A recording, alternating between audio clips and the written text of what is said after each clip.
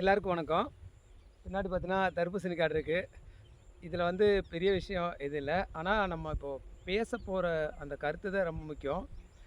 இந்த தர்பூசணி ஏற்றுறதுக்கு வயநாட்டில் இருந்து ஒரு கேரளா லாரி வந்தது. அந்த டிரைவர் பார்த்திங்கன்னா மலையாளி தான்.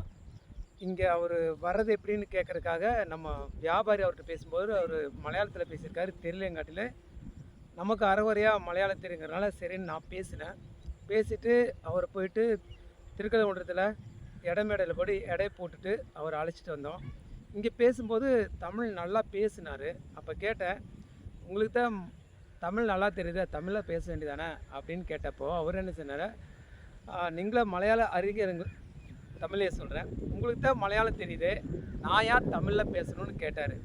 இது தமிழ்நாட்டுக்கு அவர் வந்திருக்காரு. தமிழ்நாட்டில் தர்பூசணி ஏற்றுறதுக்கு தமிழ்நாட்டுக்கு வந்திருக்காரு. அவர் மலையாளி, ஆனால் அவருக்கு தமிழ் தெரியும். நான் ஏன் தமிழில் பேசணும்னு கேட்டார். அப்போ சொன்னேன், இங்கே இருக்கிறவங்களுக்கு தமிழ் தானே தெரியும், மலையாளம் தெரியாதுல்ல. ஆனால் உங்களுக்கு மலையாளம் தமிழ் தெரியுங்கிறப்போ தமிழ்நாட்டில் தமிழில் பேசலாமல்ல அப்படிங்கிறப்போ உங்களுக்கு மலையாளம் தெரியுதுல்ல. அப்படி இருக்கும்போது நான் ஏன் தமிழில் பேசணும்னு கேட்டார். இது தமிழ்நாடு அப்படின்னு. பரவாயில்லைங்க, எனக்கு தமிழ் தெரியும்.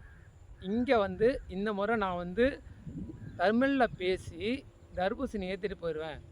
எனக்கு அப்புறம் ஒரு மலையாளி தமிழ் தெரியாமல் இங்கே வந்தால் அவனுக்கு உதவுறதுக்கு ஒரு ஆள் தேவைப்படும்ல. அந்த மாதிரி டைமில் நீங்கள் உதவி செய்வீங்க அப்படின்னாரு. நான் சொன்னேன், எனக்கு அரைகுறையாக தானே மலையாளம் தெரியும் அப்படிங்கிறப்ப, பரவாயில்ல, நாங்கள் தான் வரோம்ல, ஒவ்வொருத்தரும் சொல்லிக் கொடுத்தாலும் நீங்கள் கற்றுக்குங்க. கற்றுக்கிட்டு எப்போ ஒரு மலையாளி இங்கே தமிழ் தெரியாமல் வரோன்னா அப்போ அவங்களுக்கு நீங்கள் உதவி செய்வீங்கள்ல அப்படின்னு சொல்கிறாங்க. இதில் நம்ம என்ன சிந்திக்கணும் அப்படின்னா, ஒரு மலையாள டிரைவர் வந்தார்.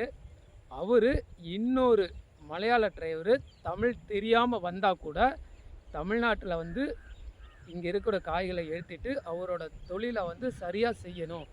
அதுக்கு இங்கே மலையாளம் தெரிஞ்ச ஒருத்தர் தேவைப்படுது. அது மலையாளியாக தான் இருக்கணுங்கிறது கிடையாது.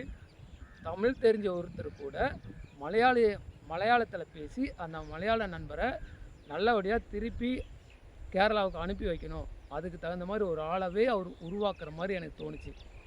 நம்ம இங்கே என்ன பண்ணிகிட்ருக்கோம், இன்னும் சொல்லப்போனால் நம்ம தலைவர்களே என்ன சொல்கிறாங்க, மொழிப்பற்று தேவையில்லை, இனப்பற்று தேவையில்லை. நான் இப்போது மூவேந்தர்களுக்கு கூட ஒருத்தர் சொன்னார், எனக்கு ராஜராஜ சோழனோ அல்லது பாண்டியனோ அல்லது சேர சோழ பாண்டியன் எந்த மன்னர்களையும் பிடிக்காதுன்னு கூட சொன்னாங்க. அவங்க எனக்கு மொழிப்பற்றும் கூட இல்லைன்னு சொன்னாங்க. ஆனால் இந்த மலையாளி மொழிப்பற்றுன்னு சொல்லலை, இனப்பற்றுன்னு சொல்லலை. என்ன மாதிரி சக தொழிலாளி என் ஊர்லேருந்து உன் ஊருக்கு வந்தால் அவனுக்கு உதவுறதுக்கு உன் ஊரில் ஒரு ஆளை நான் ரெடி பண்ணுறேன் அப்படிங்கிற நோக்கத்தில் தான் அவர் பேசினார். ஆனால் நம்ம தமிழ் தெரியும், தமிழ்நாட்டில் தான் இருக்கிறோம். ஆனால் தமிழில் நான் ஏன் பேசணும், ஆங்கிலத்திலேயே எல்லாருமே எனக்கு கிடைக்கிறப்ப நான் ஏன் தமிழில் பேசணுங்கிற அளவுக்கு நீயா நானால் பேசிகிட்டு இருக்காங்க. ஒரு மிகப்பெரிய விவாதத்தில் கூட நான் ஏன் தமிழில் பேசணுங்கிற அளவுக்கு போயிட்டுருக்கு. ஆனால் ஒருவர் தன் தாய்மொழியில் இன்னொருத்தரை வழி நடத்துறதுக்கு என்ன வேலை இருக்கோ அதை செஞ்சுட்டு போகிறாரு. அதனால் மலையாளிகிட்டேருந்து இதை நான் கற்றுக்கிட்டதாக உணர்கிறேன். உங்களோட கருத்துக்களை தயவுசெய்து சொல்லுங்கள். நன்றி, வணக்கம்.